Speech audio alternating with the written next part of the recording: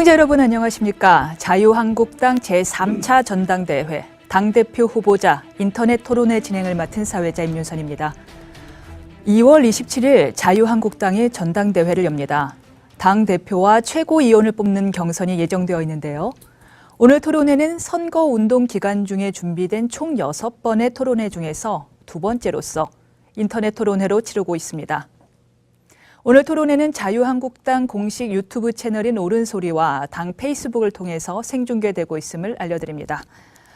그럼 지금부터 자유한국당 제3차 전당대회 당대표 후보자 인터넷 토론회를 시작하겠습니다. 오늘은 총 3분의 후보자를 모시고 토론을 진행할 예정입니다.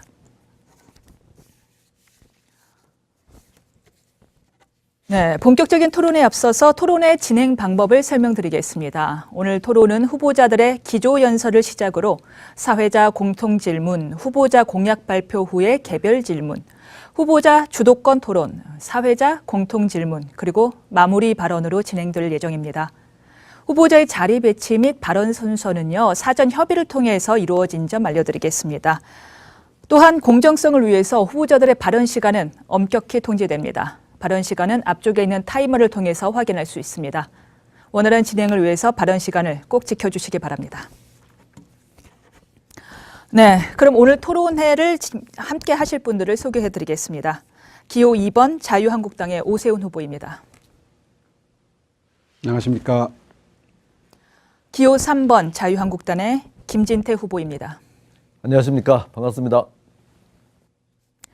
기호 1번 자유한국당의 황교안 후보입니다. 네, 안녕하십니까. 황교안입니다. 네, 그럼 기조연설부터 시작하도록 하겠습니다. 한 후보당 주어진 시간은 총 2분입니다. 그럼 먼저 오세훈 후보께서 먼저 기조연설 해주십시오.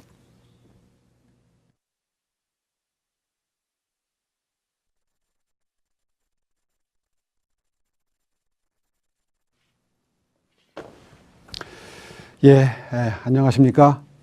이번 전당대회는 내년 총선을 이끌 자유한국당의 간판이자 얼굴을 선정하는 대회입니다. 사실 어느 나라나 보수와 진보가 균형을 잡아서 정책을 펴나가야 하는데, 이 문재인 정권 좌파 정부가 들어선 이후에 그들 스스로 말한 대로 부익부 빈익빈을 줄이는 것이 아니라 오히려 어려운 분들이 훨씬 더 어려워지는 그런 나라가 되어버렸습니다. 그래서 저희가 오히려 그 점을 챙겨야 하는 막중한 책무를 앞으로 짊어지게 됐습니다. 정말 국민 여러분들께서 이대로는 안 된다, 나라다운 나라를 만들어달라, 이런 주문을 하고 계시는데요. 영국의 보수당 300년의 역사를 보면 끊임없이 국민 속으로 변화와 혁신을 통해서 그 존재를 입증시켜 왔습니다.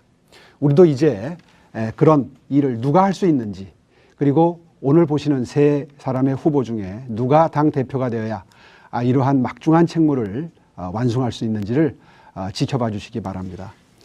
우리는 이제 이념에 관심이 없는 평범한 우리의 이웃들, 중도층, 대학을 졸업하고 놀고 있는 내 새끼 누가 취직시켜 줄 수 있을 정도로 경제를 보듬을 수 있을까, 이런 데 관심이 많은 중도층의 마음을 얻어와야 된다고 저는 생각을 합니다.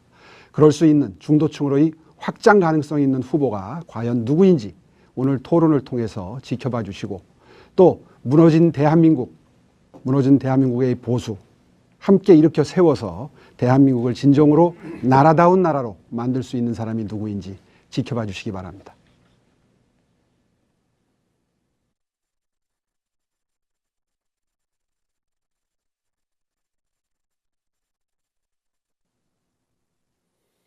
네, 존경하는 국민 여러분, 사랑하는 당원 동지 여러분, 안녕하십니까. 행동하는 우파 의리의 김진태입니다. 요즘 살림살이 팍팍하지 않으십니까? 기업도 어렵고 자영업자도 어렵고 청년도 어렵고 어디 하나 제대로 된 데가 없습니다. 기업의 파산 신청이 IMF 때의 7배에 이르고 있습니다.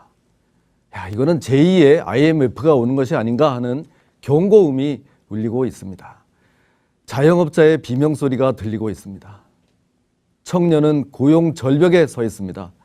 54조 원을 투입했다고 하는데 그 돈은 다 어디가 있습니까? 17년 만에 역대 가장 높은 실업률에 지금 시달리고 있습니다. 문재인 정권 이대로 두어도 되겠습니까? 사회주의로 가는 열차 막아야 되지 않겠습니까? 이제는 자유시장 경제로 좀 제대로 된 나라, 제대로 굴러가는 나라, 정상적인 나라로 좀 만들어 봐야 되겠습니다. 이런 일 야당이 해야 되겠습니다. 민주당에서 가장 두려워하는 후보가 누구겠습니까? 바로 저라고 생각합니다. 저는 행동으로 보여줬기 때문에 그렇습니다. 싸워왔기 때문에 그렇습니다. 싸워서 이길 줄 알기 때문에 그렇습니다. 이번에야말로 젊은 피로 세대교체 혁명 꼭 한번 이루어 주시기 바랍니다. 열심히 해서 내년에 총선 승리로 반드시 보답하겠습니다. 고맙습니다.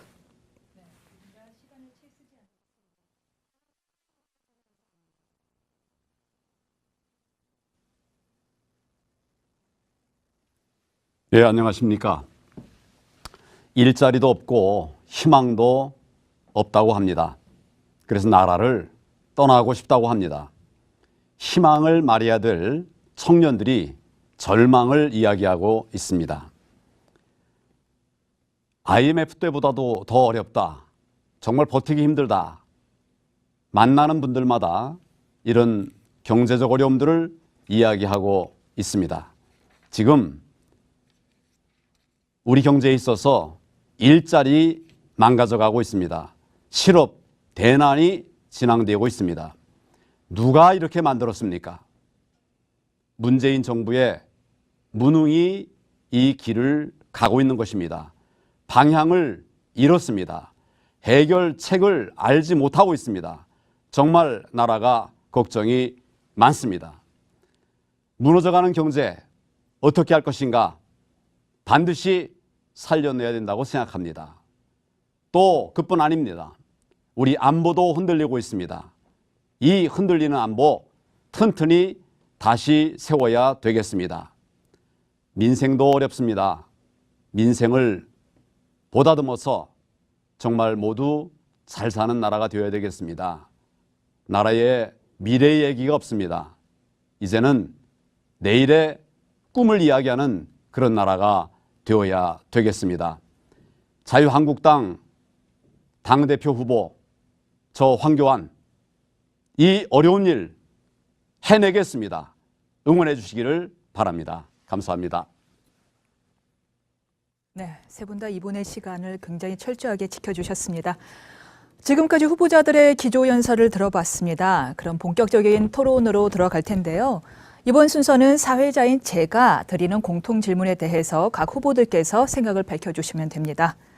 세 분 다 기조연설을 통해서 경제의 어려움 그리고 청년의 고충들을 공통적인 문제점으로 꼽아주셨는데요. 마찬가지로 국민들 또한 보수 세력의 혁신과 변화를 원하고 있습니다. 그렇다면 현재 국민들이 자유한국당에 원하는 것이 구체적으로 무엇이라고 생각하시는지 설명하시고요. 또 이를 실행할 수 있는 구체적 방책이 무엇인지 말씀해 주시면 감사하겠습니다. 후보자당 답변 시간은요, 1분 30초입니다. 먼저 이번에는 김진태 후보께서 답변해 주시기 바랍니다. 네, 우리 국민 여러분들을 만나보면 이렇게 이야기합니다. 좀 제대로 싸워라. 또 어떤 분들은 싸우지 마라. 이렇게 얘기를 하십니다. 이 두 가지 말이 모순되는 것 같지만 다 맞는 말입니다. 정말 이 경제를 파탄 지경으로 몰고 가는 정권에 대해서는 뭐하냐? 너무 나약하다. 제대로 한번 싸워라. 이런 말씀을 많이 주시는 거고요. 또 싸우지 말라는 것은 당 내부에서 좀 싸우지 마라. 왜 너네들끼리 그렇게 맨날 말이 많냐?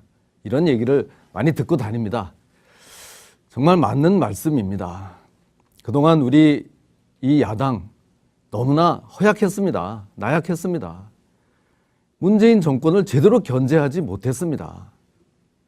이럴 때야말로 제대로 결기를 가지고 싸워야 되는데 맨날 반성한다고만 하고 무릎 꿇고 징징거리기만 하니 그런 당의 국민들이 제대로 신뢰를 보내줄 수가 있었겠습니까? 그리고 개파가 어떻다 하는데 우리 당에 이제 개파는 존재하지 않습니다. 저도 뭐 친박 소리를 들었는데 저는 탄핵 이후에 친박으로 분류됐던 사람입니다. 덕본 건 없이 의리만 지켰습니다. 제가 당대표가 되면 우리 당에는 개파라는 것은 없고 오로지 보수 우파만 존재할 겁니다. 네, 1분 30초를 가까스로 딱 맞추셨습니다. 그럼 이제 황교안 후보께서 답변해 주시기 바랍니다. 예, 국민들의 바람과 또 우리 당원들의 바람은 같습니다. 싸우지 말라는 겁니다. 내부에서 총질하지 마라. 우리의 싸움의 대상은 밖에 있지 우리 당 안에 있는 것이 아니다. 그런 말씀들을 하십니다. 제가 당에 들어오면서 그래서 통합을 외쳤습니다. 우리가 힘을 모아야 됩니다. 그것으로 우리가 마땅히 해야 될 일들을 해낼 수 있는 역량을 모아서 반드시 이기는 정당이 되어야 된다고 생각합니다. 이 점에 우리의 변화를 좀 추구하는 이런 가열찬 노력을 하도록 그렇게 하겠습니다. 또 한 가지는 국민들의 바람, 역시 우리가 싸워 이기는 그런 자유우파가 되어야 된다 하는 바람들이 강하셨습니다. 맞습니다. 정말 싸워야 할 일이 많은데 우리가 그 역할을 다 감당하지 못한 측면이 많습니다. 저희들 이제 제대로 싸우는, 그래서 이기는 그런 강한 야당이 될 수 있도록 그렇게 하겠습니다. 그것을 위해서도 우리 안에 서로 힘을 모으는 일들이 필요합니다. 그러면서도 국민들과 소통하고 국민 속으로 들어가는 일, 우리 그동안 잘 하지 못한 부분이 있습니다. 정말 국민 속으로 들어가서 답을 찾고 국민들의 아픔을 같이 보듬는 그런 노력을 하겠습니다. 네, 그럼 다음으로 오세훈 후보께서 답변해 주시기 바랍니다. 예, 앞서 두 분의 훌륭한 후보께서 문제의식 가지고 있는 거 동의합니다. 그리고 해법도 전적으로 동의합니다. 지금 이 잘못 가고 있는 정부, 경제무능, 안보부실, 일자리 참사, 이 정부에 대해서는 참으로 강한 톤으로 비판하고 옳은 방향으로 이끌어야 하고 당내에서는 화합을 위해서 탈계파, 초계파해야 된다는데 동의합니다.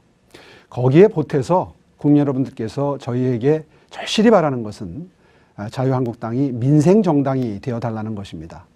소상공인, 중소자영업자, 그리고 중소기업, 그리고 그 중소기업에서 일하는 분들이 우리나라 이 돈 버는 근로자의 거의 80~90% 이상을 차지합니다.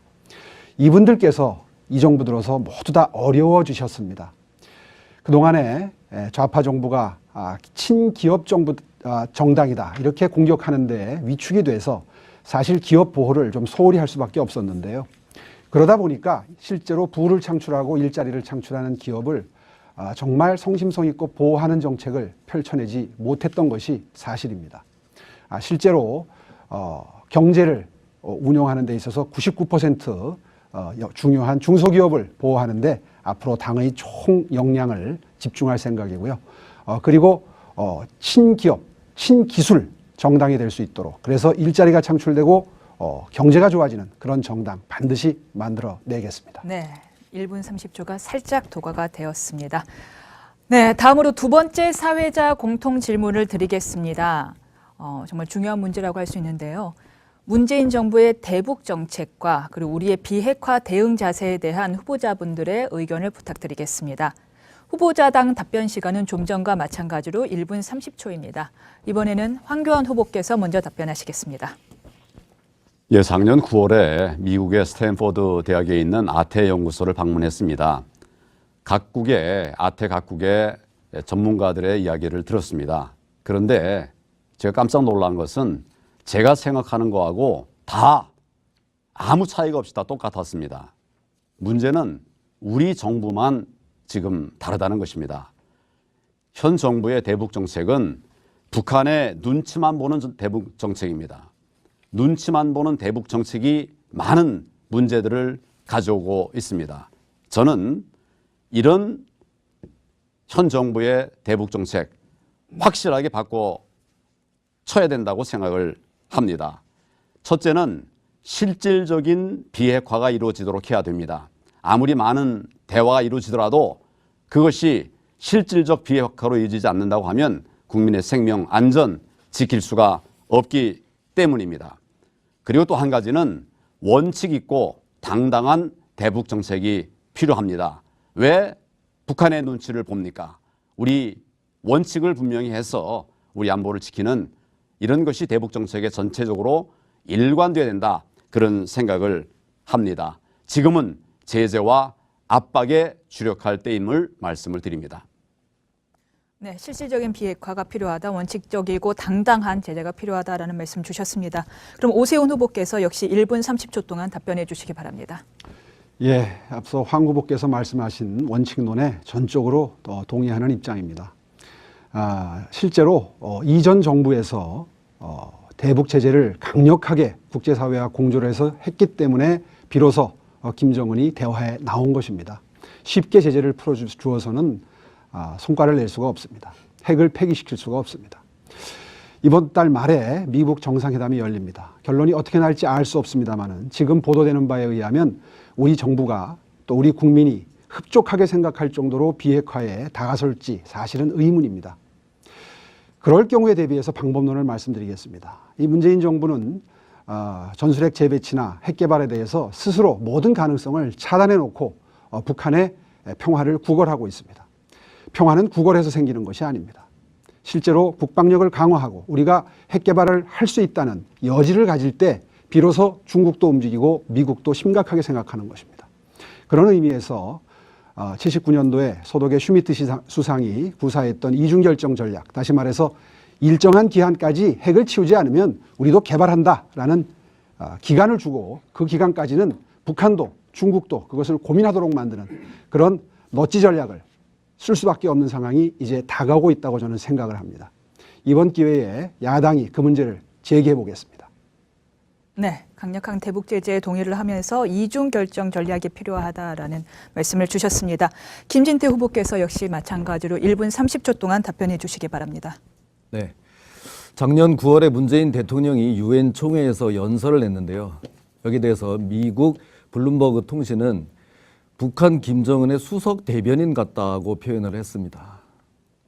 글쎄요, 그냥 대변인도 아니고 수석이라고 해서 우리가 이거를 지금 환영해야 되겠습니까? 이거는 정말 아니라고 생각합니다. 국제적으로도 이렇게 지금 해서는 정말 안 된다고 생각합니다. 왜 문재인 대통령, 대한민국의 대통령이 김정은이 이 핵미사일을 다 포기했다고 국제무대에서 변호를 하고 있어야만 되겠습니까? 무슨 김정은, 문재인 공동정권으로 취급돼도 괜찮겠습니까? 이거는 이렇게 해서는 정말 안 됩니다. 평화가 말로만 그렇게 해서 온다고 하고 독재자의 말을 그대로 믿을 수 있다 그러면은 인류 역사상 전쟁은 없었을 겁니다. 자, 그런데 북은 핵을 포기하지 않고 있는데 우리만 지금 무장을 해제하고 있습니다. 며칠 전에 우리 국회의장과 여야 5당 대표들이 미국을 방문했는데 미국의 낸시 펠로시 의장이 벌써 그런 얘기를 했다는 거 아닙니까? 북한은 핵을 포기할 것 같지가 않다. 북의 목적은 한반도에 이 무장을 해제하는 것이 목적이다. 이거 정말 큰일 났습니다. 우리 경각심을 가지고 유엔 제재에 더 동참해야 되겠습니다. 네.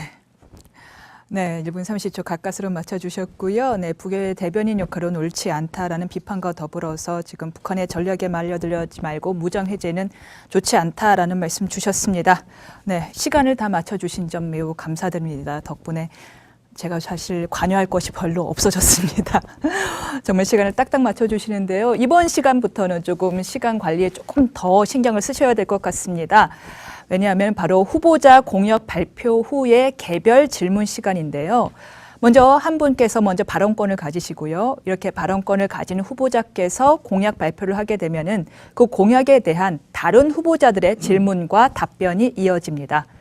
이때 이어지는 질문은요, 반드시 공약 그 자체에 관련한 질문이어야 합니다. 먼저 공약 발표 시간은 2분이고요. 후보자의 질문 시간은 1분, 그리고 답변 시간은 1분 30초가 주어집니다.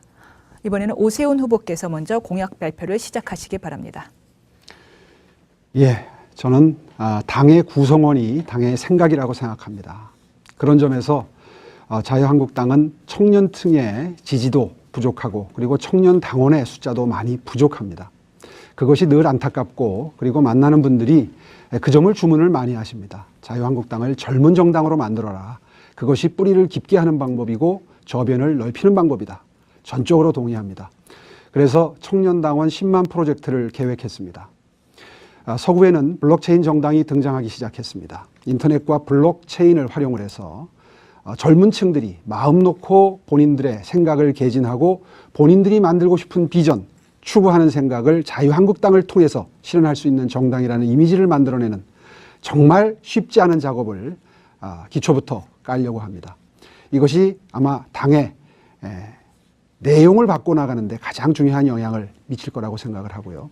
또 한 가지는 이 정부 들어서 경제와 안보가 무너졌습니다.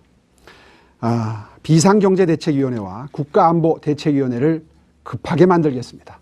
시급하게 만들어서 이 경제대책위원회를 통해서는 예를 들자면 최저임금 결정 체계를 바꾸는 작업을 반드시 해내겠습니다. 이것이 모든 경제 무너지는 데의 원인입니다. 지역별로 똑같을 필요 없습니다. 지역별로 차등을 두면 오히려 인건비가 조금 적은 곳으로 인재가 가서 지역이 균형 발전할 수 있는 효과도 낼 수 있습니다. 또 방금 전에 말씀드린 대로 안보대책위원회를 만들어서 방금 전에 설명드린 이런 지금 문재인 정부가 도저히 구상할 수 없는 아이디어도 내고 그리고 야당발로 분위기도 전환시켜서 반드시 북핵 폐기하도록 노력하겠습니다. 네, 그러면 김진태 후보께서 공약과 관련한 질문을 1분간 해주시기 바랍니다. 네, 어떤 공약을 또 이렇게 말씀하실지 몰라서 그동안 하신 말씀이나 이런 것들을 좀 찾아봤습니다. 패거리 정치를 청산하겠다 이렇게 얘기를 하셨는데 여기서 이 패거리라는 것을 계파를 아무래도 말씀하시는 것 같은데 우리 당은 이미 계파가 소멸됐다고 여러 차례 선언한 그런 당입니다. 대표적으로 친박 이 얘기들이 많이 나오는데 그 친박이라는 것은 그런 것을 자신의 정치적인 의도로 활용하고자 하는 데서 많이 존재한다. 저는 이렇게 생각합니다. 그러니까 쉽게 말하면 이미 없는 계파를 자꾸 있는 것으로 상정해 놓고 그거를 청산하겠다고 하는 것은 조금 이거 좀 부적절하지 않나 이런 생각이 들고요. 청년 정치 인재를 양성하겠다 해서 10만 명을 상비군으로 뭐 이렇게 양성하겠다고 하는데 10만 명 모이면 좋죠. 뭐 말로는 누가 못하겠습니까? 당장 이번에 이렇게 당원 가입을 한 얼마나 하셨는지 이걸 좀 묻고 싶습니다. 네. 제 마음가짐을 각오를 탈계파, 초계파라는 마음을 담아서 말씀을 드렸던 거고요. 실제로 이번 선거운동 과정에서 절대로 계파에 의존하지 않는 실제로 선거판에서는 뭉텅이표에 의존하면 선거운동이 조금 수월해집니다. 그런데 스스로 가시밭길을 가고 있다. 이 말씀을 다시 한번 강조해서 드리고 싶고요. 청년 정당을 만든다고 하는 것은 참으로 중요한 일입니다. 정당의 가장 중요한 기능이 교육 기능입니다. 실제로 우리 당이 쉽게 허물어 내렸던 이유가 뿌리가 빈약했기 때문에 특정인에게 의존하는 인치 정당이었기 때문에 지난 2, 3년 동안 많은 어려움을 겪었다.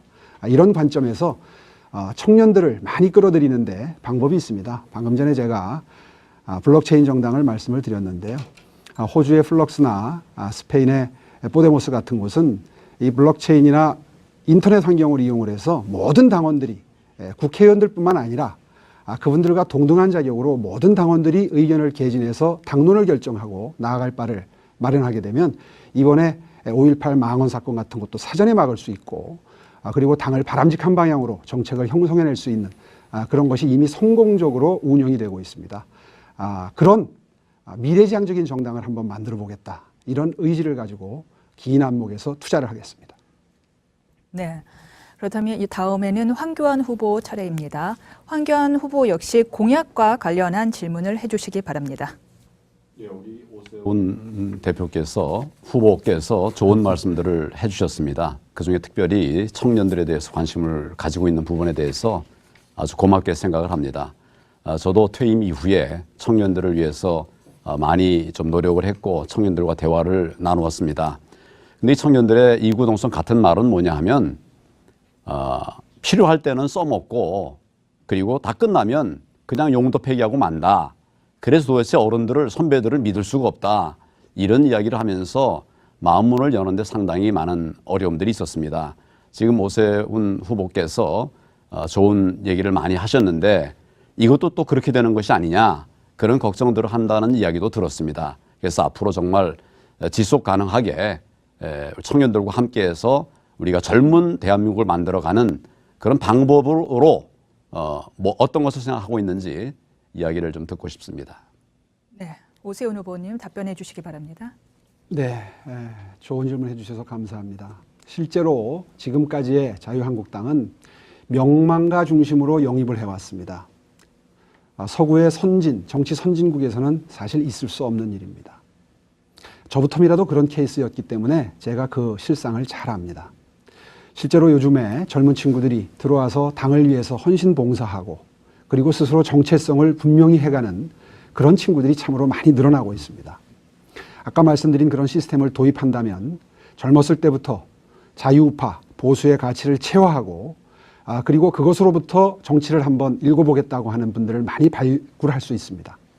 앞으로 명망가 중심으로 그 이름만 보고 영입하는 일은 없도록 하겠습니다. 당에 들어와서 오랫동안 함께 체화된 가치를 만들어낸 그런 젊은 사람들을 과감하게 발탁을 하는데 일정 기간은 최소한 당을 위해서 그리고 함께 했던 그런 분들을 반드시 요직에 발탁할 수 있는 시스템을 만들겠다고 이미 당의 청년위원회에 약속을 했습니다. 그분들의 그런 염원을 받아들여서 앞으로 길게 보고 멀리 투자하는 그런 청년정당 반드시 만들겠다 하는 각오를 다시 한번 다집니다. 네, 답변 감사합니다. 그럼 다음으로 김진태 후보께서 공약 발표해 주시기 바랍니다. 네, 저는 김진태의 5대 비전을 발표했습니다. 첫째는 강한 우파 정당을 건설하는 겁니다. 이번에 미북 회담 날짜가 하필이면 제1야당의 전당대회일과 겹치는 것을 보면 우리가 알 수 있지 않습니까?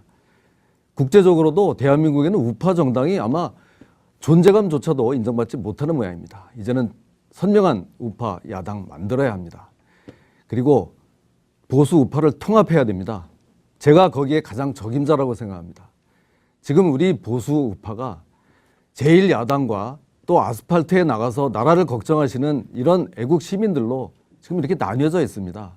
그거를 통합할 수 있는 가장 적임자는 감히 저라고 그렇게 생각을 합니다. 그리고 이제는 문재인 퇴진 투쟁에 나서야 될 때입니다. 그 시발점은 지난 대선 무효 투쟁이라고 생각합니다. 저는 이 전당대회를 하는 와중에도 이 과정에서도 청와대 앞에 가서 1인 시위를 한 사람입니다. 제가 싸울 대상은 옆에 계신 우리 당의 이 경쟁 후보들이 아니고 문재인 정권입니다. 그 방향은 한미동맹을 강화하고 자유시장 경제를 확립하는 겁니다. 그것이야말로 우리의 안보가 튼튼하게 되고 우리 경제가 제대로 활력을 갖고 청년들에게 돈이 아닌 기회를 주는 그런 제대로 된 나라를 만드는 것이라고 그렇게 생각합니다. 이렇게 힘을 모아서 싸워서 총선에서 내년 총선에서 반드시 승리하도록 하겠습니다. 여기서 만약에 개헌 저지선이 무너지면 이 우리 자유민주주의 헌법을 지킬 수가 없게 됩니다. 반드시 개헌 저지선을 넘어 우리가 압승할 수 있도록 압도적인 지지를 보내주시기를 부탁드립니다.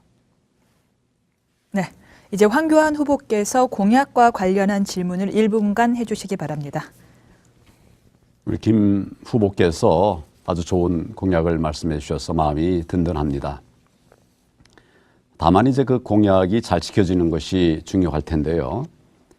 개헌 저지선을 다음 총선에서 확보한다 하는 그것으로 과연 우리 자유한국당이 다시 일어서고 미래로 향해 가는데 충분한 것인지, 사실은 더 우리가 이제 우리 그 김 후보께서 마지막에 뭐 확실한 승리를 말씀하셨습니다마는 어느 정도까지를 생각하고 계시는 건지, 그리고 그 구체적인 전략은 어떤 것인지, 이것에 관해서 좀 구체적인 방안을 좀 듣고 싶습니다.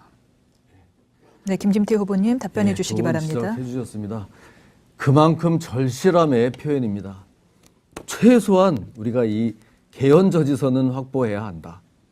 거기에서 만족해야 된다는 뜻이 아니고 최소한 그것은 확보하고 더 나아가야 된다. 그런 뜻으로 제가 아까 말씀도 그것을 넘어서서 압도적인 승리를 하자. 과반수 넘어서 갈수록 물론 좋은 거죠. 그렇지만 이 마지노선을 잃어서는 안 된다는 절박한 심정으로 그렇게 해야 된다는 말씀을 드렸습니다. 구체적으로 어떻게 해야 되냐? 총선은 공천이 생명입니다. 정말 투명하고 아주 공정한 공천을 해야 됩니다. 말로는 다 그렇게 한다고 하죠. 근데 여태까지 그게 잘 이루어지지 않았습니다. 그래서 시스템을 도입해야 됩니다. 제가 정말 이 고민한 결과는 공천심사위원회 회의록을 한번 공개를 하자. 여기서 항상 이 잡음이 나고 사심이 들어가고 이렇게 하기 때문에 이 회의록을 공개하면은 그런 짓을 못할 거 아니냐. 그래서 그것까지 제가 제안을 했습니다. 뭐 좀 우려하는 목소리도 있지만 이제는 안 됩니다. 과감한 이런 개혁, 누가 와서 본인이 한 말 끝까지 책임질 수 있도록 그런 특단의 조치까지 지금 다 강구를 하고 있다. 이런 말씀을 드립니다. 네, 답변해 주셨고요. 그러면 오세훈 후보께서 1분의 시간 동안 질문해 주시기 바랍니다. 예, 저도 방금 전에 그 화두를 더 짚어보겠습니다. 사실 개헌 저지선을 넘어서서 과반 의석을 넘길 수 있으려면 수도권 선거에서 승리를 해야 됩니다. 253개 지역구 의석 중에 122개, 다시 말해서 과반수가 걸린 서울, 인천, 경기에서 이기려면 우리 당에 호의적이지 않은, 이념에 그렇게 크게 관심을 두지 않은 우리의 그냥 이웃들, 시민들, 평범한 시민들, 그분들의 민생에 관한 관심을 해결해 드려야 되는데요. 우리 김진태 후보 투쟁 경력 바탕으로 해서 보수를 결집시키고, 말하자면 정치판 용어로 집토끼를 결집시키는 데는 장점이 있을지 모르지만 수도권 승리하지 않으면 전국 선거 지는 거거든요. 중도층의 마음을 어떻게 잡아올 수 있는가, 그분들의 호감을 받을 수 있는 정책 그리고 전략 밝혀주시기 바랍니다. 네, 김진태 후보님 1분 30초 동안 답변해 주시기 바랍니다. 네, 중도 확장 뭐 이렇게 얘기하는데 이분들이 사실 따지고 보면 무당파, 무응답층입니다. 여론조사에서 제대로 그 답변을 하지 않는, 또 어느 당에도 의견을 밝히기 싫어하는 이런 분들입니다. 이런 분들한테 다가가기 위해서는 확실한 의견을 가지고 싸워 나가야 됩니다. 오히려 이렇게 뜨뜻미지근하게 했을 때는 이분들한테 그렇게 이 부각이 될 수가 없습니다. 여기서 지금 우리 당이 제대로 된 우파의 가치를 지키지도 못하면서 자꾸 좌편향되는 이런 입장을 취한다고 하면은 이 무당파 무응답층들이 거기에 바른미래당도 있고 민주당도 있고 하는데 굳이 자유한국당을 선택할 이유가 저는 없다고 생각합니다. 그래서 한 번이라도 뜨거워 본 뒤에 다른 것을 생각해야지, 뜨거워 보지도 않고 미지근한 것만 찾아가지고는 되지가 않는다, 이런 말씀을 드리고요. 좀 외람된 말씀입니다만 우리 오 후보님께서는 항상 이 수도권 표심에 이제 우리 본인이 좀 어필할 수 있다. 이제 서울시장을 전에 했으니까. 그런데 그거는 꼭 아니라고 생각합니다. 그렇게 따지면 국무총리 하신 분은 전국의 표심을 움직일 거고 국회의원 한 사람도 마찬가지 아니겠습니까? 오히려 그 서울시장 하면서 지금 이렇게 좌파가 되도록 한 단초를 마련했다는 것부터 자성하고 나가야 될 것 같습니다. 네, 시간을 딱 맞춰주셨습니다. 그럼 다음으로는요, 황교안 후보의 공약 발표가 있겠습니다. 네, 2분 시간입니다. 예, 저는 지금 우리 국민과 국가의 가장 중요한 문제는 역시 경제 문제고 안보 문제라고 생각합니다. 첫 번째, 경제를 살리기 위한 정책을 마련하고 추진하도록 하겠습니다. 경제를 살리는 방법은 그렇게 어렵지 않습니다. 사실은 간단합니다. 원칙으로 돌아가면 됩니다. 시장 경제가 활성화되도록 하게 하는 것이죠. 정부가 시장을 끌어가려고 그러면 시장이 망가집니다. 시장이 시장답게 만들면 시장 안에서의 그런 많은 여러 가지 보이지 않는 손해 작용에 의해서 경제가 일어날 수 있도록 그렇게 되어 있습니다. 지금 무너져 있는 시장 경제 살리도록 하겠습니다. 그리고 이제는 또 미래를 향해서 경제도 달려가야 되기 때문에 4차 산업혁명을 비롯한 신산업, 거기에 노력을 기울이겠습니다. 그리고 이런 모든 어려움들을 극복하기 위해서는 꼭 규제 혁신이 필요합니다. 규제가 경제를 가로막고 있습니다. 그렇게 해서는 안 된다고 생각을 합니다. 이 부분을 꼭 고쳐나가야 된다고 생각을 하고, 또 하나는 노동개혁이 꼭 필요합니다. 지난 정부에서부터 노동개혁을 많이 추구해 왔습니다마는 제대로 되지 않고 있습니다. 이 대기업 노조들이 반대하면서 진행되지 못한 부분도 있는데 이 정부에서 꼭 이것을 극복해냈으면 좋겠습니다만은 저희가 이 일에 집중해서 꼭 노동개혁을 통해서 우리나라가 바뀔 수 있도록 그렇게 하겠습니다. 두 번째 문제는 안보입니다. 너무나 아까도 말씀을 잠깐 드렸습니다만은 당당하고 원칙 있는 대북 정책을 추진해 나가도록 하겠습니다. 북한의 눈치 보는 거 이제 저희에게는 허용될 수 없습니다. 튼튼한 안보, 이 정부에 들어와서 안보가 많이 무너지고 있습니다. 되살려 놓도록 반드시 하겠습니다. 네, 다음으로 질문 시간인데요. 오세훈 후보께서 먼저 질문해 주시기 바랍니다. 예, 지금 경제 문제에 대해서 말씀을 많이 해주셨는데 저는 황교안 후보의 공약 중에 당당하고 원칙 있는 대북관계, 또 튼튼한 안보, 지속 가능한 한반도 평화체계 정착에 대한 질문을 좀 드리겠습니다. 사실 이 정부 들어서 지금 한미연합 방위태세에 뭔가 문제가 생기고 있는 듯한 조짐이 있고 실제로 많은 뜻 있는 분들이 걱정을 하고 계십니다. 황교안 후보께서는 이 전작권 전환에 관한 이 정부의 스탠스에 대해서 어떻게 평가하고 계시는지 말씀해 주시고요. 또 한 가지 핵 문제 관련해서 한국형 삼축체계라는 게 있었죠. 이것이 최근에 뭐 용어가 좀 바뀌긴 했습니다만은 어쨌든 이 한국형 삼축체계에 대한 본인의 소신 그리고 앞으로 어떻게 다루어 나갈지에 대한 생각을 좀 듣고 싶습니다. 네, 황교안 후보께서 답변해 주시기 바랍니다. 전작권은 한미 동맹의 핵심일 수도 있고 또 우리 편에서 보면 우리 국가의 안보와 국민의 생명 직결되는 문제입니다. 과거에는 이 전작권을 일정한 때가 되면 넘겨주겠다, 넘겨받겠다, 뭐 이렇게 시기에 따른 조건으로 맞춰갔었습니다만은 지금은 그렇게 할 일이 아니라고 생각합니다. 우리 안보가 흔들리는 한은 이 전작권을 쉽게 그렇게 넘겨서는 안 된다. 이런 측면에서 조건에 맞는 전작권 전환 이것이 필요하다. 이런 생각을 하고 지금 이 정부에서 아마 이 부분에 관해서 좀 방침이 흔들리는 거 아니냐 이런 생각을 하고 있어서 대단한 우려를 갖고 있습니다. 우리는 어떤 상황에서도 그 기준은 우리 국가의 안보, 국민의 생명이라는 점에서 조건에 맞는 그런 전작권 전환이 필요하다 이런 생각을 합니다. 삼축체제 지난 정부에서 완성을 한 것입니다. 그런데 지금 정부 들어와서 이 말이 들리지도 않습니다. 저희는 이 삼축체제를 다시 회복해서 우리 안보를 튼튼하게 하는 이런 밑거름을 만들어야 된다. 아직 사실 출발도 되지 않은 것입니다. 출발도 되기 전에 막아진 것은 아주 대단히 유감입니다. 우리 안보를 지키기 위한 노력 잠시도 쉴 수 없다고 생각합니다.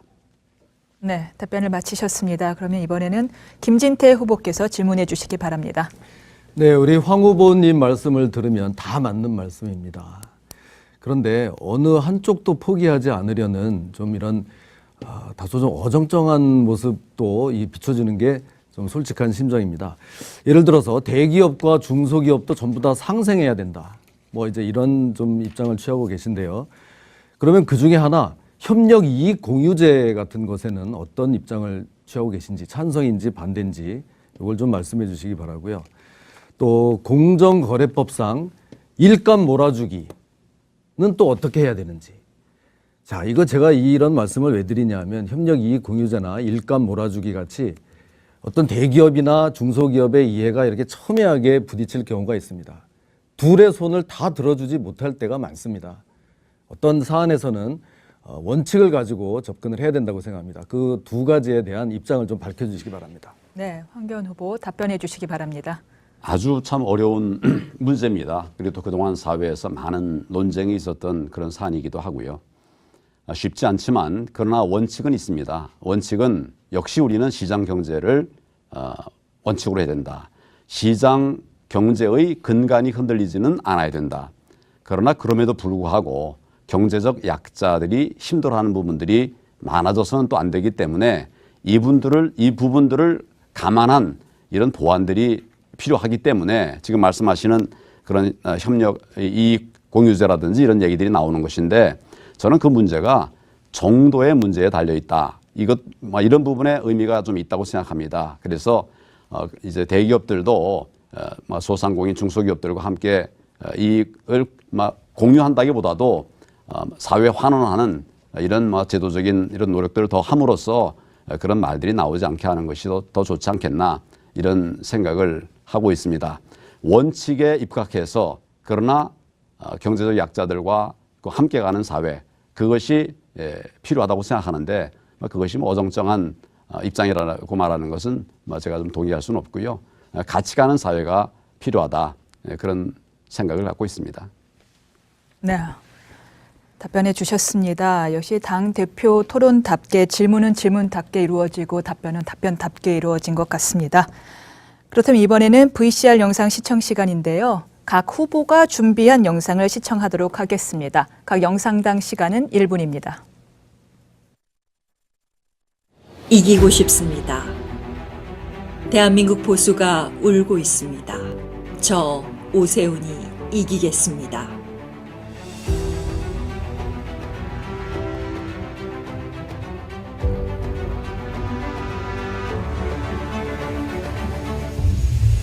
(20년) 개혁보수의 검증된 미래, 정치개혁의 상징,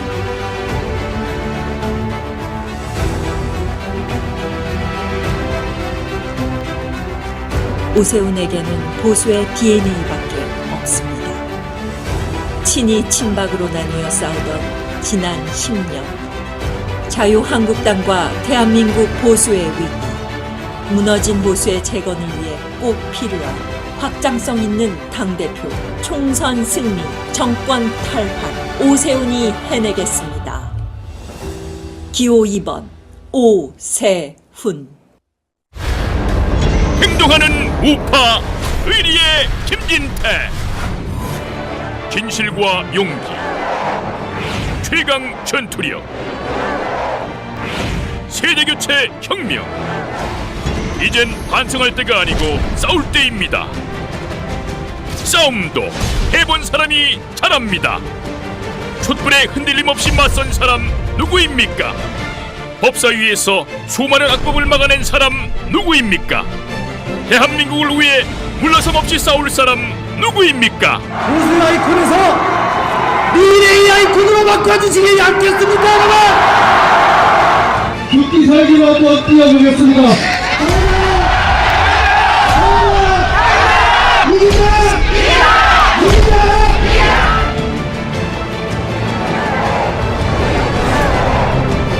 김진태와 함께 조인 투모로우. 고맙습니다. 당신은 위대한 대한민국의 역사를 이끌어왔습니다. 당신은 대한민국의 얼굴입니다. 고맙습니다. 당신은 자유민주주의와 시장경제를 지켜왔습니다. 당신은 자유한국당의 얼굴입니다. 오늘 대한민국이 웃음을 잃었습니다. 그가 필요합니다. 위기의 대한민국을 성취와 도약의 길로 이끌 것입니다. 고난의 자유한국당을 승리와 영광의 큰 길로 이끌 것입니다. 우리는 대한민국의 얼굴입니다. 대한민국 화이팅! 다시 함께 대한민국. 황교안. 19 자유한국당 당대표 및 최고위원 선거 투표 안내. 이번 선거에서 투표는 크게 모바일 투표와 현장 투표, 전당대회 대의원 투표로 나뉘는데요. 책임당원 일반당원 선거인단은 모바일 투표와 현장 투표 방식 중 한 번만 투표가 가능하며, 전당대회 대의원의 경우에는 전당대회 당일 현장 투표만 가능합니다. 먼저 모바일 투표에 대해 알아볼까요? 모바일 투표는 2월 23일 토요일 오전 8시부터 오후 5시까지 가능합니다. 당대표 후보 1명, 최고위원 후보 2명, 청년 최고위원 후보 1명을 선택하여 투표하면 끝! 모바일 투표는 크게 4단계로 진행됩니다. 먼저 본인 명의의 핸드폰으로 투표 문자가 전송됩니다. 수신된 문자의 링크를 클릭하여 보안 문자를 입력합니다. 그리고 모바일 화면으로 이동하는데요. 모바일 화면에서 투표하기를 선택합니다. 다음으로 본인 인증번호를 입력합니다. 본인 인증번호는 주민번호 앞 6자리입니다. 자, 인증번호가 입력되면 드디어 투표를 할 수 있는 화면이 뜨네요. 이어서 화면 속에 출마한 후보자를 신중하게 고르고 또 골라서 다음 투표를 클릭해줍니다. 혹시 잘못 누른 것은 없는지 확인해보고 다음으로 선택 완료 버튼을 클릭하고 마지막으로 투표 완료 버튼을 확인 클릭하면 모든 모바일 투표가 완료됩니다. 어때요? 어렵지 않죠? 잠깐 유의사항! 오후 5시 이후에는 모바일 투표가 종료되니 반드시 시간 안에 투표해주세요. 혹시 모바일 투표를 놓치신 책임당원 일반당원 선거인분들은 2월 24일 현장 투표에 꼭 참여해주세요. 그럼 이제 현장 투표 방법을 알아볼까요? 현장 투표는 2월 24일 일요일 오전 10시부터 오후 6시까지 당원 명부에 등재된 본인 주소지의 시, 군구 투표소에서 투표가 가능합니다. 현장 투표도 마찬가지로 당대표 후보 1명, 최고위원 후보 2명, 청년 최고위원 후보 1명에게 투표합니다. 이때 유의해야 할 점은 반드시 당원 명부에 등재된 본인 주소지의 시, 군구 투표소에서만 투표가 가능하다는 점입니다. 꼭 기억해 주세요. 현장 투표도 참 간단한데요. 현장 투표는 먼저 선거인 명부의 등재 여부를 확인하고 투표용지를 수령한 뒤 기표소로 이동하여 비치된 기표용구로 투표용지에 기표하시면 됩니다. 그 뒤 투표용지를 투표함에 넣으면 투표 끝! 참! 신분증이 없으면 투표가 안 되니 꼭 신분증 챙겨야겠죠? 가능한 신분증은요. 주민등록증, 여권, 운전면허증, 공공기관이 발행한 국가유공자증, 장애인 등록증 등이 있습니다. 하지만 당원증은 불가합니다. 마지막으로 전당대회 대의원이신 분들은 전당대회 당일인 2월 27일 수요일 전당대회 투표장에서만 투표가 가능합니다. 그럼 이제 전당대회 현장 투표 방법을 알아볼까요? 전당대회 현장 투표도 마찬가지로 당대표 후보 1명, 최고위원 후보 2명, 청년 최고위원 후보 1명에게 투표합니다. 먼저 신분증을 지참하시고 전당대회 대의원 등재 여부를 확인한 뒤 투표권 카드를 수령하여 기표소로 이동합니다. 기표소에 설치된 투표권 카드를 리더기에 접촉시키면 터치스크린에 투표 화면이 뜨게 됩니다. 터치스크린에 나타난 후보자 중 원하는 후보자를 손가락으로 선택하고 다음 투표 버튼을 선택합니다. 원하는 후보자가 맞으면 선택 완료 버튼을 손가락으로 선택하고 당대표, 최고위원, 청년 최고위원 투표 완료 후 마지막으로 투표 완료 버튼을 선택합니다. 이때 중요한 점은 투표가 모두 끝난 후 투표 완료 버튼을 꼭 눌러야 투표가 완료된다는 점, 그리고 2분 내에 반드시 투표를 완료해 주셔야 한다는 점 꼭 기억해 주세요. 마지막으로 기표소에서 나와 투표권 카드를 반납하면 투표 끝! 자, 어때요? 정말 간단하죠? 우리 꼭 투표하자고요.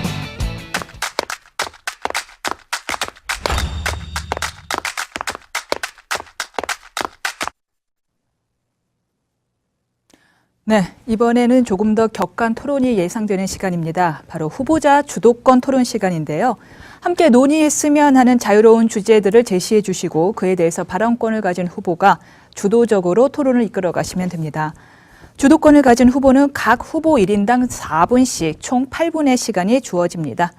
이 시간은 자유롭게 활용하시되요. 만일 토론 중에 상대 후보에게 질문을 하게 될 경우에는 질문 후 그 답변자의 답변 시간을 최소 30초를 보장하셔야 합니다. 주도권 토론에서 사회자는 가급적 개입하지 않고 논의가 매우 치열해질 경우에만 조정하겠습니다. 이번엔 먼저 김진태 후보가 주도하실 텐데요. 김진태 후보가 주도하는 토론을 황교안 후보와 함께 진행하시면 됩니다. 다시 한번 말씀드리겠습니다. 주도권 토론 시간은 4분입니다. 시작해 주시죠. 네, 황 후보님. 방금 전에 제가 그 협력 이익 공유제에 대해서 이제 물어봤는데요. 거기에 대해서 답변을 원칙대로 해야 된다 이렇게 답변하셨는데 제가 물어본 거는 그 원칙이 뭐냐는 것을 물어봤던 겁니다. 근데 그냥 원칙대로만 해야 된다고 하니까 이건 좀 답이 좀 안 되는 것 같아서요. 이 협력 이익 공유제란 거는 그 큰 기업이 낸 이익을 거기와 이제 협력한 그 거래사들이 좀 나눠 가질 수 있게 하는 그런 겁니다. 거기에 대해서 아까 또 정도의 차이다 이렇게 얘기를 하셨는데 그렇게 협력 이익을 공유해도 되는 건지 그러면 정도만 조금만 그럼 가져가면 그게 가능한 건지 좀 간략하게 답변 먼저 부탁드립니다. 그 문제에 대한 답으로 제가 말씀드린 것은 시장 경제의 원칙에 따라서 해야 된다. 바꿔 말하면 그것도 이제 기업과 협력업체 사이에 합의가 이루어지면 그 합의에 따라서 진행이 되는 것이죠. 그게 시장 경제입니다. 다만 이제 다 서로의 이익을 양보하지 않으려고 하니까 그럼 대기업이 좀 더 양보를 해라. 그리고 또 이제 그 협력 업체들에서는 좀 더 많이 달라. 뭐 이런 이제 논의를 하는 것이니까 그 과정에서 이제 생긴 것이 협력 이익 공유제가 네. 아니겠습니까? 후보님. 그런 부분에 관해서 좀 합리적인 그런 기준을 만들어서 합의를 하는 것이 좋겠다. 네. 그래서 시장 경제 얘기를 한 겁니다. 네, 그게요. 지금 합의하에 되면은 뭐 아무 문제가 없겠죠. 이거는 지금 법안이 들어와서 이 법안이 통과되면 그냥 강제가 되는 겁니다. 그럼 이 법안에 대해서 찬성인지 반대신지. 그렇기 때문에 네. 시장 경제에 반하는 법에 대해서는 네. 입법도 신중해야 되고 네. 그 내용도 정말 그 여러 의견들을 잘 들어서 합리적으로 해야 된다. 그런 말씀을 드리는 겁니다. 그럼 합리적으로 잠시 30초가 지나지 않았는데 답변을 마치겠습니까? 황교안 후보님. 네. 예. 아니 제가 시간 남았으니까 예. 이거 지금 여러 번 얘기하는 거니까 그 시간 너무 그렇게 신경 안 써도 아닙니다. 최소 됩니다. 30초를 보장해야 된다고 초반에 자, 말씀드렸습니다. 그래서 그러면 합리적으로 해서 찬성할 수도 있고 반대할 수도 있고 뭐 그렇게 되는 겁니까? 내용 뭐 법안 내용을 물론 뭐 충분히 검토하지는 않으셨겠지만요. 예, 시장 경제의 원리라고 하는 것은 기본적으로 당사자 간의 거래에 의한 것이 아니겠습니까? 네. 그러나 늘 양방은 서로 자기 이익을 좀 덜 양보하려고 그러죠. 예, 그것 때문에 이제 이런 조정 제도들이 이제 들어오게 된 네. 것인데 그런 측면에서 네. 합리적인 논의가 선행될 수 네. 있다 이런 말씀을 드리는 겁니다. 합의에 의해서 합리적으로 원칙을 가지고 뭐 이렇게 한다고 이제 좋은 말씀들을 하셨는데요. 저는 이제 이런 것에 반대하는 겁니다. 이게 바로 시장 경제의 원칙에 반하는 거거든요. 예. 다른 기업에서 낸 이익을 또 다른 회사가 그거를 이렇게 달라고 하면 이게 바로 시장 경제 원칙에 정면으로 반하는 거고 이 계열사들이 어떻게 거기에 기여했는지 그거를 뭐 측정할 수도 없는 겁니다. 그래서 좀 이거는 좀 떼를 쓰는 입법이라서 저는 이렇게 반대를 하는데 원칙을 많이 강조를 하셨습니다. 다른 거 좀 묻겠습니다. 시간이 많지 않은데. 지난번에 이 후보 자격이 문제돼 가지고 이렇게 됐는데요. 하여튼 또 그 책임당원 요건이 이제 자격이 부여돼서 들어오신 것은 제가 환영합니다. 그런데 그 선거인들은 당원들은 3개월에서 한 달만 그게 당비 납부가 안 돼도 선거권을 얻지 못합니다. 그런 당원들에 대해서는 좀 혹시라도 좀 미안한 마음은 없으신지 질문 드립니다. 당원들에 대해서 미리 당에 들어와서 기여를 하고 또 많은 이제 이야기들을 나누고 이렇게 하면서 자연스럽게 들어왔으면 더 좋겠는데 사실은 이제 나라 상황이 어렵기 때문에 제가 당에 힘을 보태기 위해서 들어오게 된 것입니다. 그 과정에서 이제 시간적인 문제에 관해서는 당원에도 보완 규정이 있기 때문에 그런 것도 있고 또 당원 규정에도 보면 이제 그 당 대표의 선출에 관해서는 특별 규정들이 있습니다. 그래서 그런 부분에 관해서 선관위에서 충분한 검토를 해서 판단을 하고 한 것이기 때문에 그걸 또 따라가면서 네. 하여튼 앞으로 그 우리 당원들의 마음을 좀 같이 하는 이런 자세를 나준다고 지금 생각하도록 하겠습니다. 죄송합니다. 김진태 후보의 시간이 모두 4분이 지난 관계로 더 이상은 답변을 드릴 수 없을 것 같습니다. 네, 이어서 김진태 후보가 주도하는 토론을 오세훈 후보와 함께 진행하시면 됩니다. 네, 오 후보님 지난번 토론에서도 그 당에 이제 기여했다는 점을 이제 많이 강조하시면서 지원 유세를 많이 다녔다 이제 이런 말씀하셨어요. 그래서 뭐 정말 고맙기는 한데요. 특히 작년 지방선거에 이제 지방선거 지원 유세를 많이 다녀신 것 같은데 그때 우리 당에서 사실 바랬던 거는 지원 유세가 아니고 서울시장 후보로 나가는 거를 아마 더 바랬습니다. 그때 좀 나가서 좀 멋진 경기를 좀 벌였으면 좋았을 텐데 당이 정말 원하는 것은 하지 않으시면서 다른 곳에 다니면서 지원 유세한 것만 이렇게 좀 얘기하시는 건 좀 그렇지 않나. 여기에 대한 또 답변 부탁드립니다. 예, 작년에 나갔으면 참으로 좋았을 텐데 사실은 고민이 굉장히 깊었습니다. 주변 분들하고 상의를 해도 딱 정확하게 반반으로 나뉘더라고요.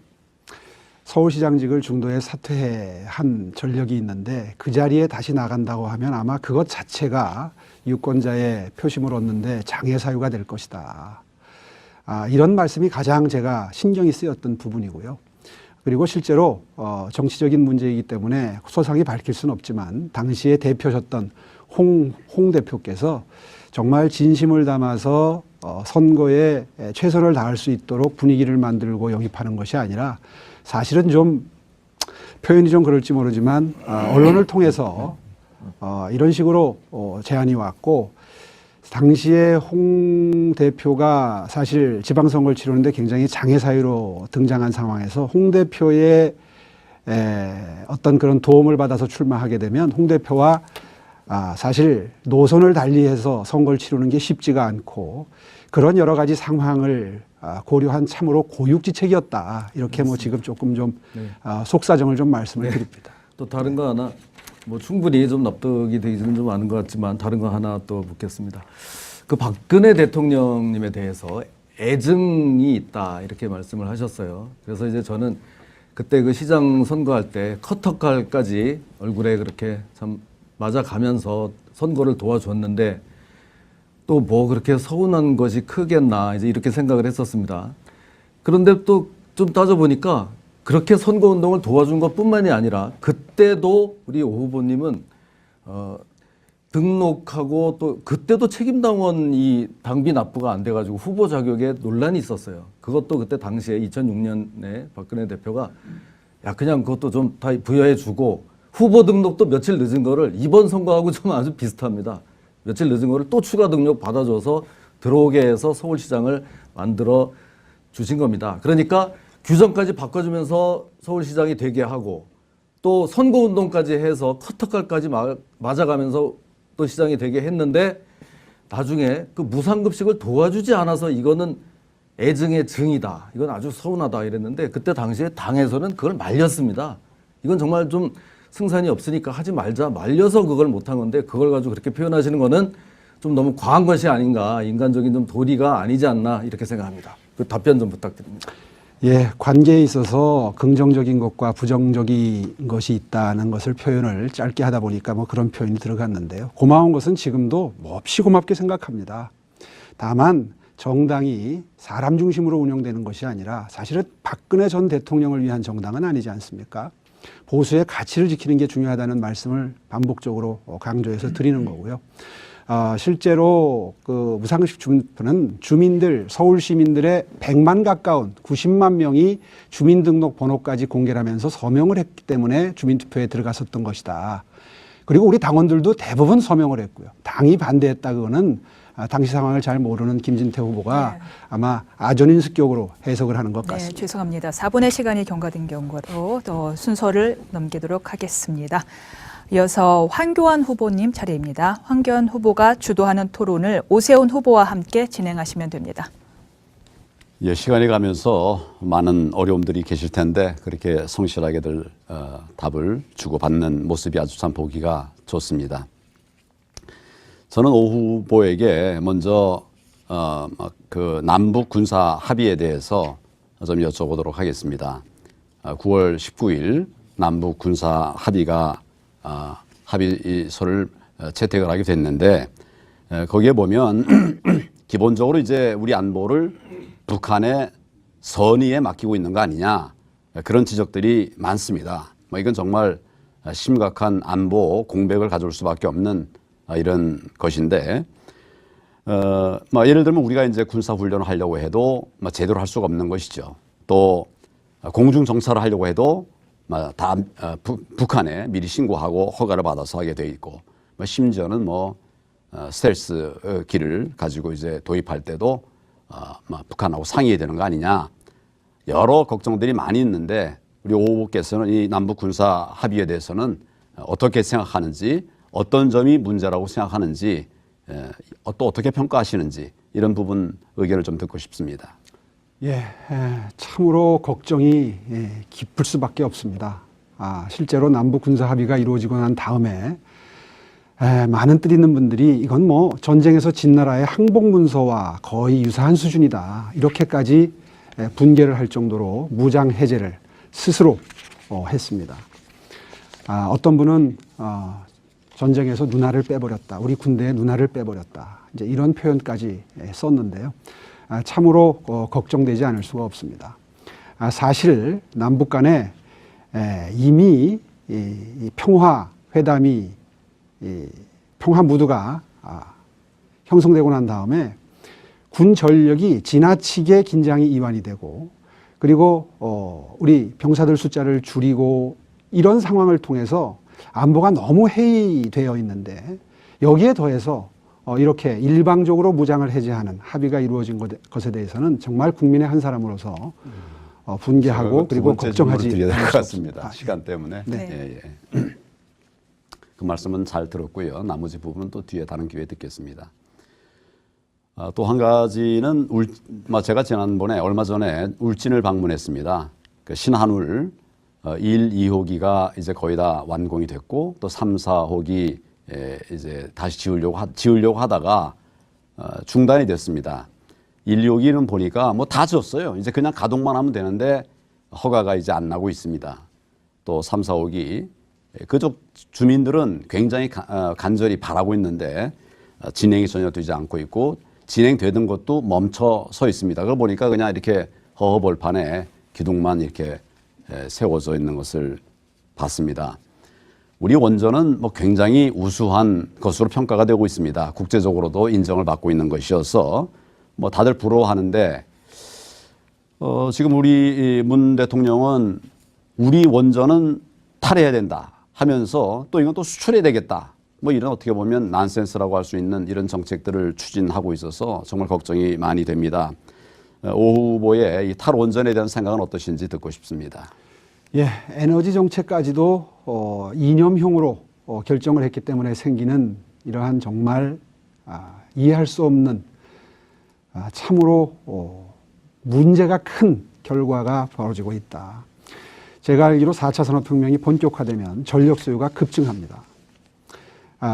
전기 자동차만 써도 2030년쯤 되면 전력 소요가 70% 정도 늘어나는데요. 지금과 같은 에너지 정책으로는 절대 감당이 되지 않습니다. 이거 정말 반드시 유턴시켜야 됩니다. 시간이 도과되었습니다. 네, 안타까운 말씀드리게 되었습니다. 그렇다면 이어서 황교안 후보가 주도하는 토론을 김진태 후보와 함께 진행하시면 됩니다. 먼저 블랙리스트에 관해서 좀 여쭤보겠습니다. 그 특정 성향의 그 문화예술인들에 대해서 편파 지원의 문제가 있었습니다.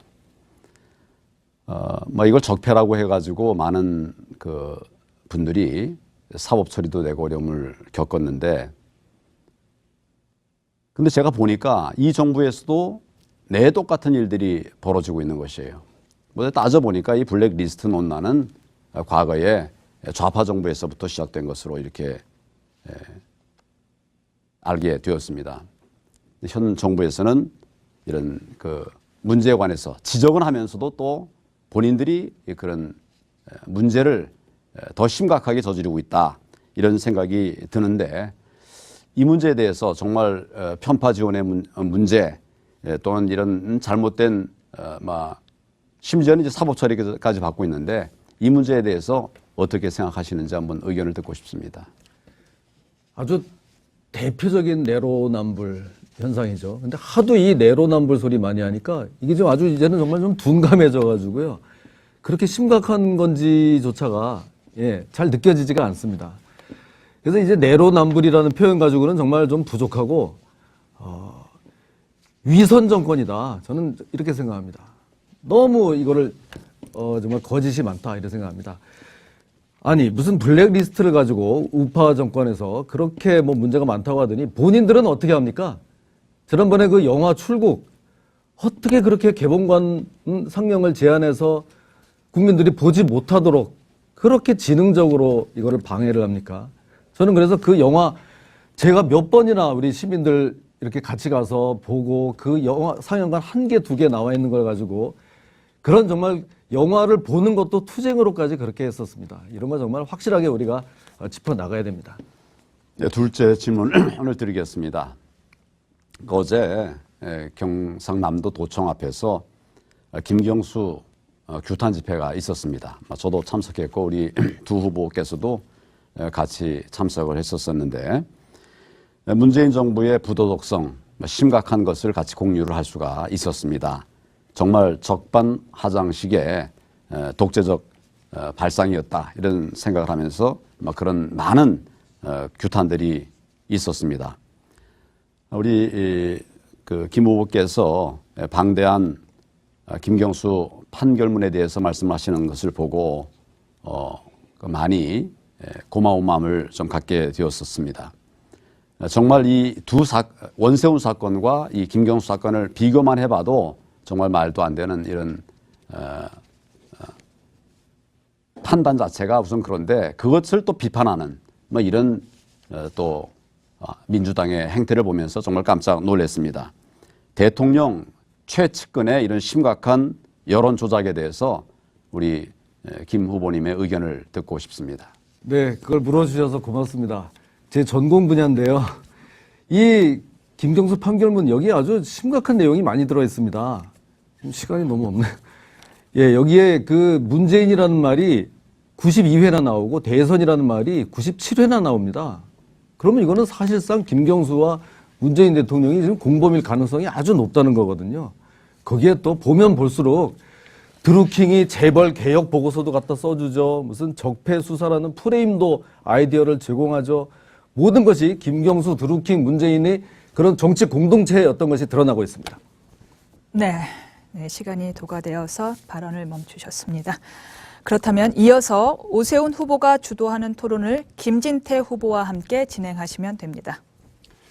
예, 아까 김진태 후보 제가 드렸던 질문에 대해서 답을 본인 기준으로 하시는 걸 보면서 참으로 큰일 났다 이런 생각을 했습니다.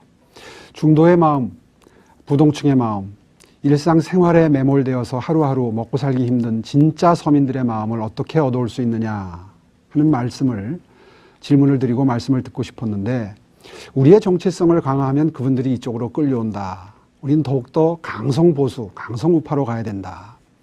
이런 취지의 말씀을 하시는 걸 듣고 참으로 인식이 많이 다르구나, 문제의식이 다르구나 이런 생각을 했습니다. 물론 선거 때가 되면 좌파, 우리를 지지하는 분들을 정확하게 묶어 세우고 투표장에 끌어모으는 거 중요합니다. 그런데 이미 문재인 정부의 실정 때문에 분노 게이지가 많이 올라가 있기 때문에 그 부분은 따로 노력을 하지 않아도 아마 투표장에 다 나오실 걸로 저는 믿습니다.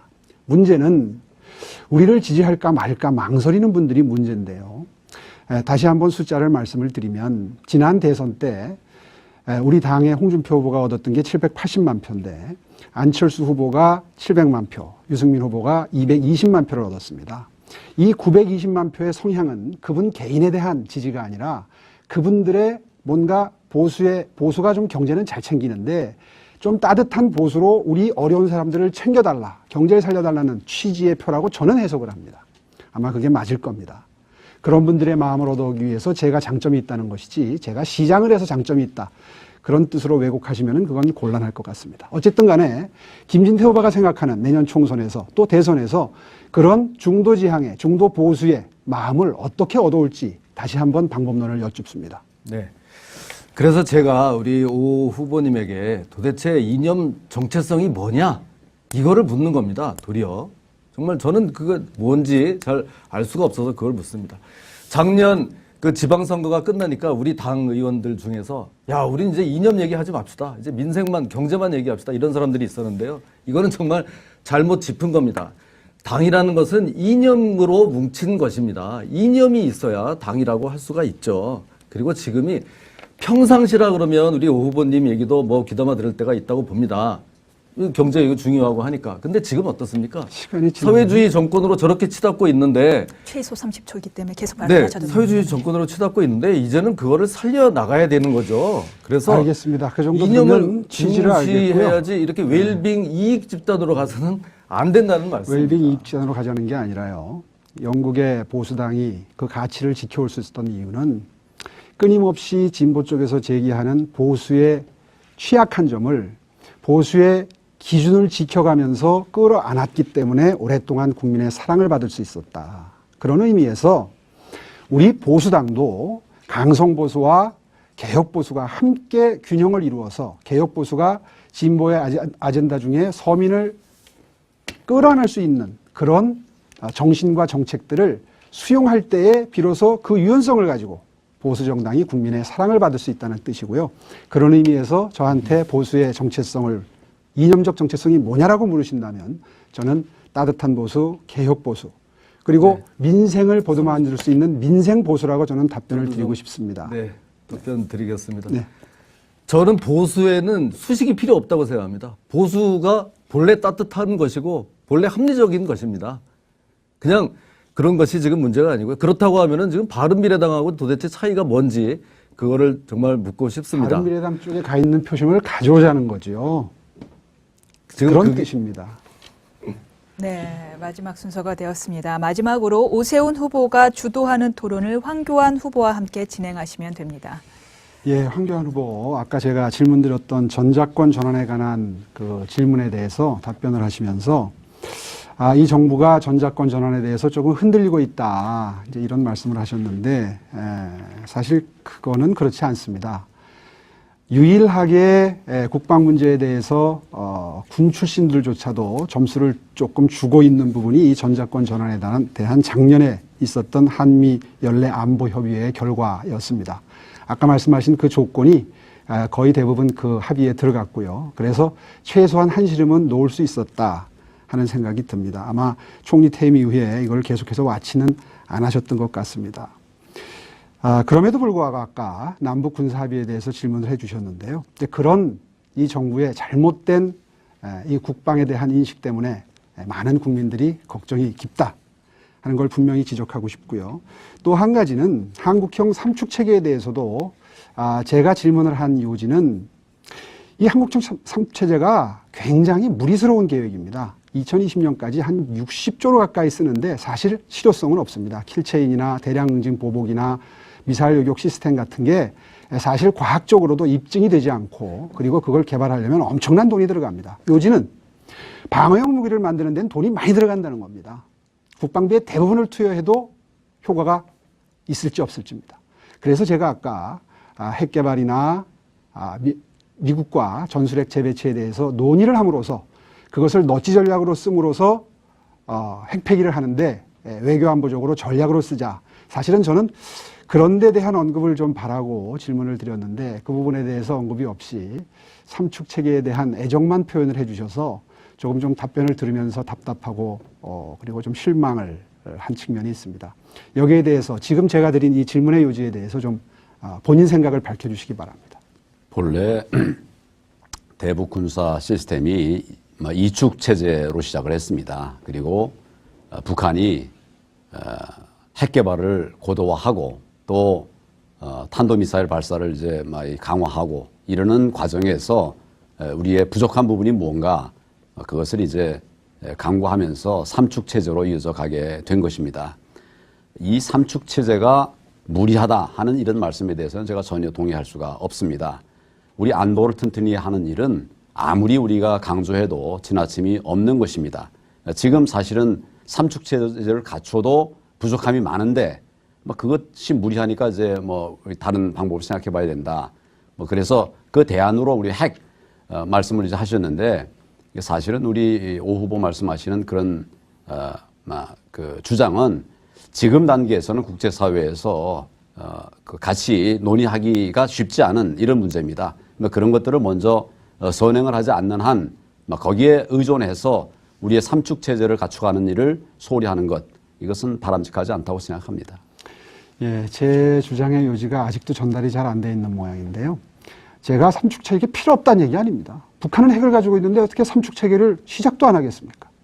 다만 그것이 우리의 예산 사정이나 국방비에서 차지하는 비중이 너무 높고 그리고 현재의 과학기술이 그것을 가능케 하는 수준이 아니기 때문에 고육지책으로 마련한 것인 만큼 돈이 들지 않는 외교안보 정책을 통해서 전략적인 카드를 통해서 중국을 움직여서 북핵을 폐기해보자 하는 제안을 한 건데 국제사회가 받아들이기 힘들다는 기존의 주장을 그대로 반복하시는 걸 보면서 참으로 좀 답답하다는 느낌이 듭니다. 이게 어려워서 더 어려운 걸 하자는 말씀이니까 제가 동의할 수 없다는 말씀입니다. 더 어렵습니까? 예. 예, 이미 아까 제가 말씀드린 것처럼 독일에서는 성공한 전략이었는데 왜 그걸 힘들다고 생각하는지 다음 토론에 계속해 보겠습니다. 네, 4분이 도가되었습니다. 네, 주도권 토론을 이렇게 마치도록 하고 다음 질문으로 넘어가도록 하겠습니다. 마지막 공통 질문입니다. 사회자 공통 질문인데요.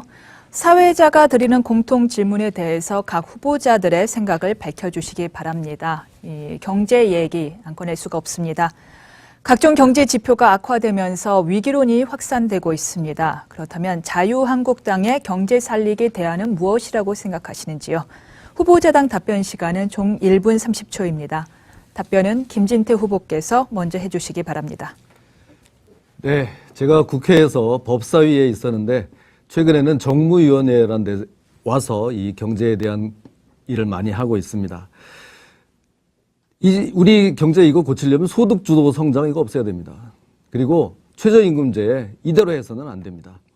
제가 생각한 경제 단계 3가지 시스템을 지금부터 말씀을 드리겠습니다. 기업은 투자할 수 있도록 해줘야 되고, 규제는 풀어야 되고, 노동시장을 개혁해야 됩니다. 기업을 이렇게 무슨 마치 봉처럼 잡아서 그냥 그 배를 가르려고 이래가지고는 안 됩니다. 기업이 마음껏 나가서 해외에 나가서 돈을 벌어올 수 있도록 이렇게 해줘야 됩니다. 법인세 완화해야 됩니다. 그리고 규제. 일반 시민들은 법을 잘 만들어서 뭐 어떻게 해야 된다고 하는데 제가 봤을 때는요. 이 법이 너무 많은 게 좋은 게 아닙니다. 전부 규제를 촘촘히 엮어내는 그런 법들입니다. 이거는 네거티브 시스템으로 일단 포괄적으로 다 허용을 하고 네거티브 몇 개 항목에 대해서만 이건 안 된다. 이런 식으로 우리 이 개념 자체, 방향 자체를 바꿔야 합니다. 그래야 경제가 살 수 있습니다. 노동시장, 강성 귀족 노조 더 이상 안 됩니다. 맨날 파업하면서 그 사업장 점거하고 이런 것에 대해서는 강력한 대처가 반드시 필요합니다. 네, 다음으로 황교안 후보 답변해 주시기 바랍니다. 네, 우리 김진태 후보님의 경제 정책에 대해서 전적으로 공감을 합니다. 아까 제가 말씀드린 내용에도 다 포함이 되어 있습니다. 저는 실제로 그러면 우리가 어떻게 할 수 있을까에 관한 말씀을 좀 드리는 것이 도움이 되겠다 이런 생각을 합니다. 2017년도 1월 과학기술인 신년인사회에 갔더니 어떤 분이 그런 말씀하세요. 우리 경제가 지금 사면초가다. 정말 힘들다. 이런 말씀을 하셨습니다. 그래서 제가 이제 사무실에 돌아와서 우리 부처와 함께 어떻게 이 사면초가를 극복할 것인가 같이 이제 논의를 했습니다. 그래서 저희가 만든 것이 사방의 길 프로젝트. 다 막힌 것 같지만 틈틈이 구멍이 있다, 길이 있다. 그래서 사방의 길 프로젝트를 진행했는데 그게 뭐냐면 넓은 길, 국제사회로 나가자. 또 우리가 잘하는 길, 과학기술 ICT를 산업으로 연결시키자. 그리고 새로운 길, 벤처 창업 활성화하자. 그리고 하기만 하면 되는 길, 그건 규제 개혁입니다. 이런 것을 통해서 우리 경제를 살려보자라고 해서 같이 다 민관 또 전문가 같이 협력을 했는데 나중에 보니까 그때 우리 경제가 어려웠던 2016년을 이제 바꿔놨다. 경제가 살아나는 분위기가 되었다. 평가를 받게 되었습니다. 네, 마지막으로 오세훈 후보 답변해 주시기 바랍니다. 예, 이 경제 살리는 방법에 대해서는 우리 3명의 생각이 전부 일치하는 것 같습니다. 기업 기 살려야 됩니다. 지금 너무 기업들이 질식 상태에 있습니다. 정말 중소기업 하는 분들이 내가 좀 더 매출을 늘리고 회사 사이즈를 늘려야 그래야 그렇게 노력을 해야 이 회사가 커지면서 일자리가 생기는 겁니다. 그런데 이 정부는 회사가 커지도록 노력하고자 하는 유인을 제공하지 않습니다. 이런 시스템들을 집중적으로 늘려야 되는데요. 예를 들자면 상속세를 많이 걷는다고 해서 속이 시원한 게 아닙니다. 또 경제에 도움되는 게 아닙니다. 오히려 상속을 잘 시켜줄 수 있도록 기업 같은 경우에 물꼬를 터주고 상속세 감면제도 같은 것을 강화해주면 오히려 더 투자가 늘어나고 일자리가 늘어난다는 거죠. 역설적이죠. 구체적으로 이런 제도를 도입하는 게 필요하다. 또 규제화는 아까 이야기했는데 규제 샌드박스가 돼도 좋고 어떤 시스템이든 간에 지금 4차 산업혁명이 앞으로 우리가 먹고 살 길인데 여기에 중국한테까지도 이 경쟁력이 밀리고 있습니다. 이런 부분에 대해서 정말 획기적인 발상의 전환이 필요하다. 문재인 대통령은 이걸 거의 매일 이야기를 해야 됩니다. 공무원들은 한두 번 얘기해서 그렇게 쉽게 움직이는 집단이 아닙니다. 신앙처럼 생각해야 바뀐다 하는 것을 충고하고 싶고요. 그리고 노조개혁에 대해서도 사실 좌파 정부가 해야 됩니다. 우파 정부가 하려면 파열음만 납니다. 사실 노조독에 집권을 했기 때문에 이게 가능한데 시간이 1분 30초가 너무 소홀히 하는 것 같아서 안타깝습니다. 알려드립니다. 네, 이제 어느새 토론을 마무리할 시간이 되었습니다. 마지막으로 유권자들에게 전하고 싶은 메시지를 2분씩 발언할 수 있는 기회를 드리겠습니다. 먼저 황교안 후보께서 마무리 발언 해주시죠. 제가 이야기하는 것은 과거로 돌아가서는 안 된다는 말씀입니다. 또 현재의 안주에서 반복하는 이런 것도 지금 우리 미래를 위해서 취할 일이 아니다 이런 생각을 합니다. 지금 저는 우리 미래의 자유 대한민국을 꿈꾸고 있습니다.